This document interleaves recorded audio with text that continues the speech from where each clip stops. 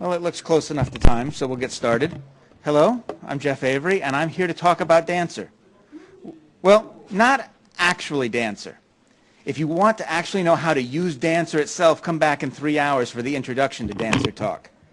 This is how to get to the starting line so that you'll be ready to do something with that talk. Last year, during conference season, I went to several talks trying to figure out how to use Dancer, and they all said, here's your Hello World script, let's get going. But that didn't work for me. So that's why we're here today, the parts up front. So this is here, probably not for any of you, but I did give this to a larger audience. It's what is Dancer, yet another one of those web frameworks based on Sinatra out of Ruby. And it uses the middle layers of PSGI and Plaque and all that other good stuff. What is PS? It's the super glue that holds it all together so that you don't actually run it like CGI.pm in the old school. If you go to most places and you ask, how do you use Dancer? They show you getting a quick start, which basically boils down to those lines there. First thing says, make sure you have a version of Dancer. Go collect it from CPAN. Then run its script, which will make you a Hello World site. Then go down into that site and run Plaque up right from the command line, which will start that site on port 5000 by default, and then to use it, you would go to your domain, port 5000, and it's there. And that works for development, but do you really want to tell a user to go to port 5000? So I needed to figure out how to get around all that stuff. I didn't have modern Perl yet. I didn't have Dancer. I didn't have something to run the extra webness. And everyone told me last year, go with Nginx, not Apache. So that's what I did, and all these slides will be the Nginx side of things. If you're an Apache person, it's close. You'll probably be able to figure it out and make the leap. And lastly, I wanted a Git repository. These slides are going to talk about two users in specific. There is me, who's doing the development, and Mr. Prod, who runs the other versions. And somewhere we need a Git repository between the two of us so that me can share, push it all up, and then Mr. Prod can take it down and put it where it needs to be. And I didn't want to use GitHub. I wanted to do it all myself on my server with full control. So that's where we're going to go. We're going to do all those parts. We're starting from a fresh Linode with Ubuntu on it right out of the box. Has nothing else. So we're going to install Perl and Dancer and Nginx and everything to get you all the way to the starting line, so in 3 hours his talk will make sense. There are extra slides after the slides we're going through. We're going through the 20-minute version. There's another 20 minutes of material on some other stuff, kind of what would go on in the other talk, but I gave this at a conference where it was not other Perl people, so they needed that stuff from me. So it is there in the bonus slides. I'm going to make some assumptions. You always make assumptions, so let's just get them out of the way. Anytime you see stuff in a box, it means that I'm telling you something. If you see it in red with a background, that means we're doing things in the name of root. Or, if not in the name of root, the name of some super special user who's not me or Mr. Prod. You should do these things carefully. Do not become someone special unless you know what you're doing. And don't stay him longer than you need to be. Next, we'll have some things that show up in green. Those are done as me. And finally, some things that show up in blue. Those are done as Mr. Prod, our production guy, who is just somebody else. You can think of him as another developer if you want.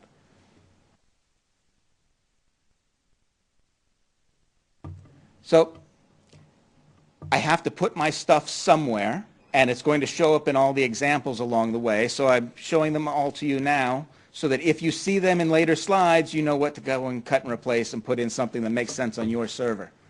So I have a domain. DynDNS lets you get one for free, so I did. That's why it's 3 layers deep, not just 2, because I'm using theirs. I need a place to put my logs, so the plaque versions of them are going to end up here. The Nginx versions are going to end up here, and then under the subdomains, we'll have another directory for each site we've got going. And the actual sites will be told to Nginx using this arrangement, which is the same way Apache does it. You put your configurations in available, and you make a symlink from enabled, so that if you want to disable it, you break the symlink, and you don't have to take your code out and then have to get it back later out of Git or wherever you put it someplace safe. Assumptions for me. I'm going to have to put my files somewhere. So in my home directory, there's a site called websites, and we'll put it in there. We're going to tack me.dev to the front of the URL, make it now 5 layers deep, because everybody likes big, long URLs. We're going to pick port 8000 as the base for anything that is owned by us. So one of my ports is going to be 8021, another is going to be 8022. Mr. Prod will do it somewhere else. And the username is me, and the user ID is 1000. Those parts aren't terribly important for the discussion, but if you see them later, now you know what to replace. Mr. Prod has 2 sets. He has a dev and a production version, and they have their own port ranges so that we can keep everything the same but different. The reason I went through such a complicated structure is on my real server, I have 13 different domains, and there's me and the other guy, and I just need to keep them all lined up and working the same way. For the individual projects, we're going to talk about the first one on port 21. This is the domain it's going to end up at, and this is the directory where we're going to put our stuff inside my websites directory, and that's what we'll check into Git, and the other guy will check out. And the other two are very similar and on different ports, because if they were on the same port, we'd have a problem. So now we get to do the beginning of our steps to actually take our blank Ubuntu box and do something with it. It probably works the same for all the other flavors of Unix, but this one works for sure. So before you get started, let's apt-get, update, and upgrade. Make sure everything you have is all up to date. I did this back in March and April before the new long-term release came out, so I was using the long-term release from 2 years ago, so this step could take a while. Now we're going to be installing Perl along the way. Perl needs C. It'd be nice if we knew which C, so we're going to grab GCC. And because I was doing some other stuff on my machine, I thought I might need SSL while I was at it. So I just chose to apt-get install these things. If that combination isn't what you need, go ahead and change it. The point is, this combination will work and get you to the starting line. Several of the combinations on later slides, I asked for too many things. Memory's cheap, big hard drive, it's probably not a problem. But if you want to trim it down, go ahead.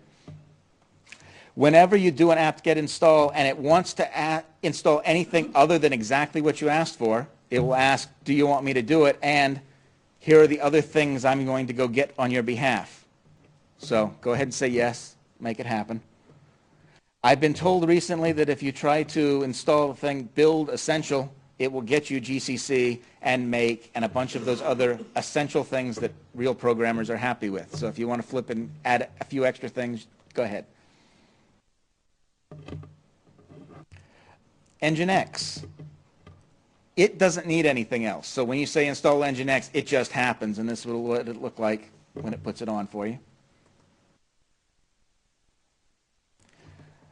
Root, I'm going to set an alias and tell it where to point something. So we're going to set the Perl brew root where we're going to install all our Perls. If you forget this, it's going to want to do it in your home directory. And I'm going to give it an Nginx restart so that you can just run that and it will kick the server and restart your front ends. I give it to you both ways. Most times when you find instructions how to do this, it gives you the bash version. I play for the other team, so I put us up on top. But they're both here translated whichever way you want to go. Next, Perl brew, which is the thing that allows you to install multiple versions of Perl on your system. In the normal way of running it, you run it as you, the mortal user. You install all your Perls in your home directory. and you pick whichever one you want, switch back and forth. Because me and Mr. Prod want to be consistent, I'm doing this in the name of root. We're going to install it in opt Perl, which we told it on the last slide, so that both of us can point to the same place and avoid any confusion.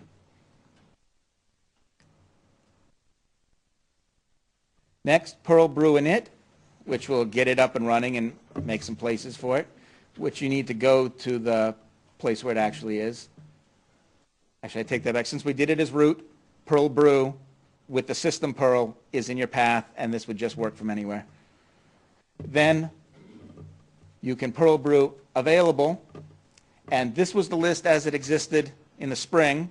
Of course, we've gotten to the next major release, so 5.16 is out now, and that's what you'd probably want. So then you just say install and the one you want, and it's going to put it in the directory you had chosen earlier. And it says here, this could take a while. They're not kidding. It took me about 20 minutes. Go get a snack. It'll be there when you get back. You can tail the log and see what's going on if you are impatient, want to see what's happening during your 20 minutes. And then, because I know eventually I'm going to want a different Perl, and I don't want to go changing lines anywhere, I'm going to make a symlink so that opt Perl brew current will always be the current Perl that we're using for all our development, which is not the system Perl, because remember all those apt-get things, some of them use Perl, and if you change it out from underneath them, well, hilarity may ensue.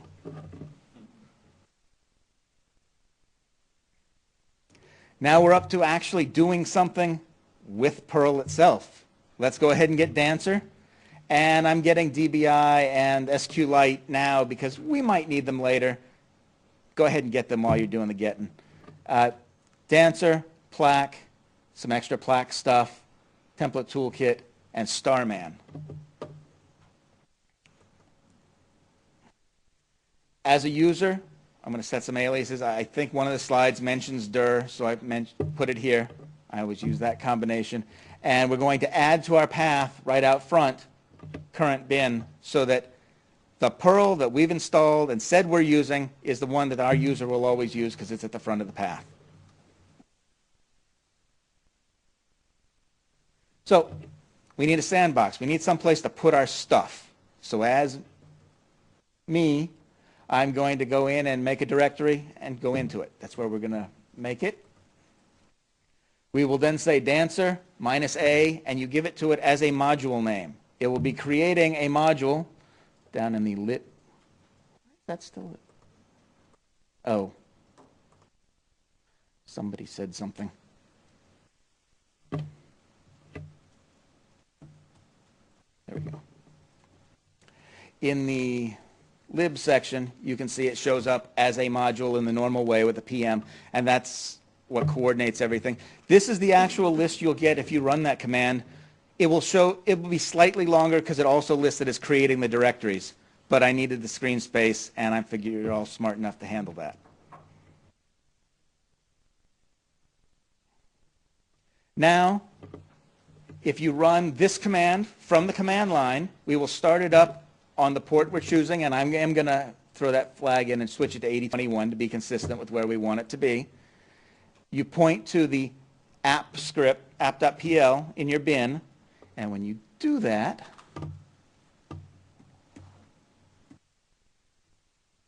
you end up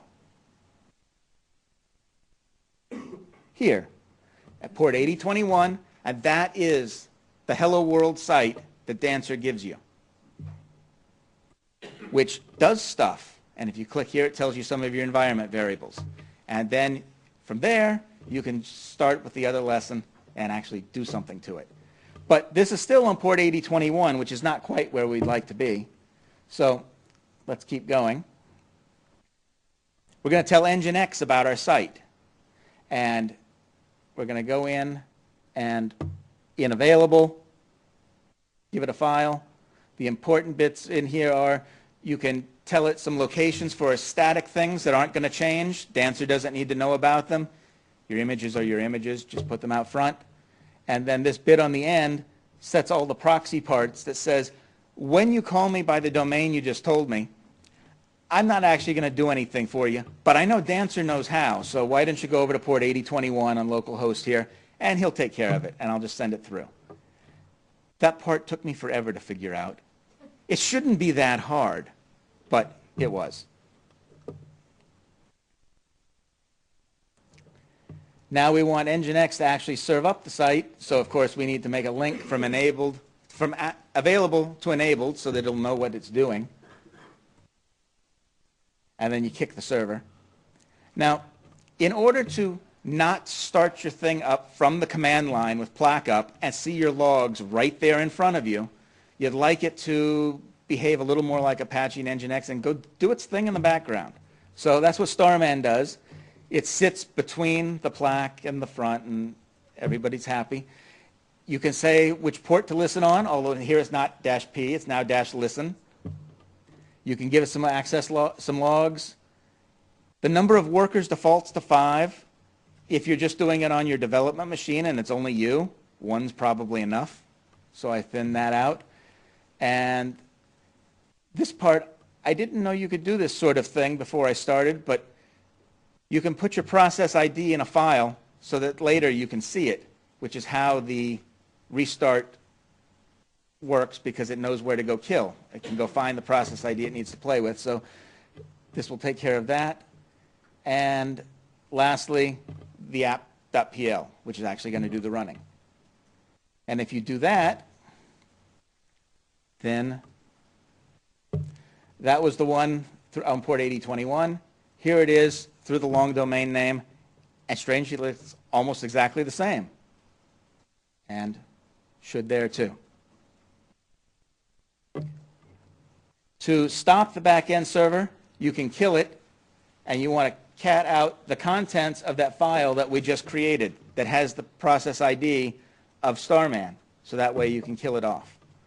I actually have written a script that takes as input which domain I'm playing with, am I on prod dev or my version, and what I want to do, start, stop, the back end, all those things, and I can do more than one at a time. With 13 domains, it's much better that way. Some more reading. These are things I found along the way that might help you take that next step actually after you have the site. So logging and in and doing Redis and other interesting things. Some thank yous for people who have helped me along the way. And now I'd like to get into the first bonus topic because I still have a couple minutes, and then we'll go to questions. The way it configures stuff, there are several places where you can do it. There is a config.yaml. There's also an environments directory that has production.yaml and development.yaml, and you can tell it which one to use. And then you can also do it straight up in app.pl. So there's 4 places you can do your stuff. This is the way it comes by default. And notice that we're using a simple templating system, but they figure you're probably going to jump over to Template Toolkit, so they give you that stuff here. And I decided I'm going to do that. So I went, and I changed the file to be like this. I left these 2 commented out. Seems Templating Toolkit in the old days did it with square braces, and now it uses angled braces.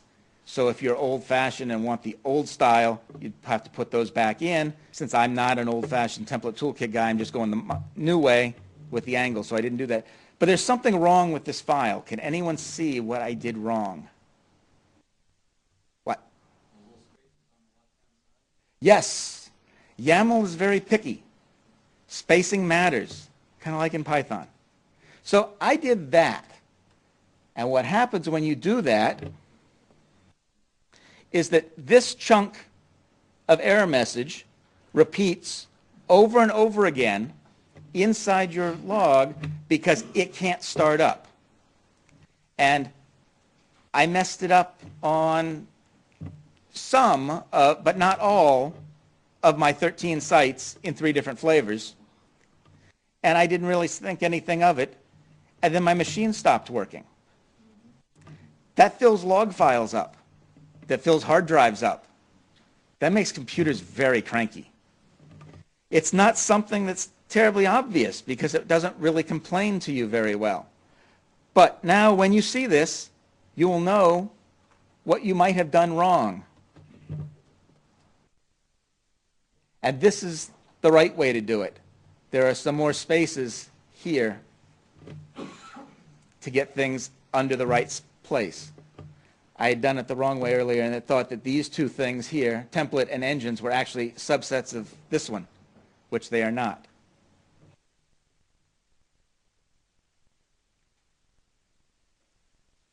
And that takes us to the end of what I wanted to get through. So, any questions? Yeah. Yes, the link will be on the conference website's description of the talk. I have to get them moved over to the production server, which of course means I have to push them in as me, and Mr. Prod will take them out. Actually, I'll push them in as Jeff. I used me on the other machine because it's more generic for the talks. Yeah.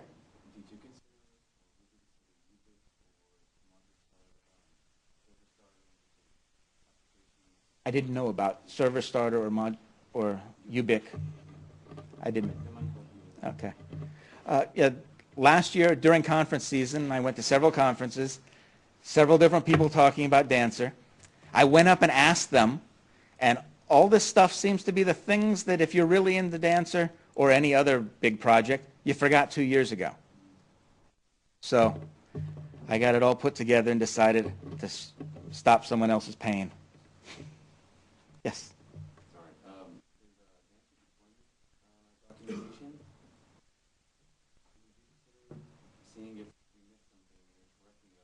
Yeah. Yeah. I need to get back with the Dancer documentation, so I'll try to coordinate with you guys. That would be great. Anything else? Well then, thank you for coming. And if you want more on Dancer,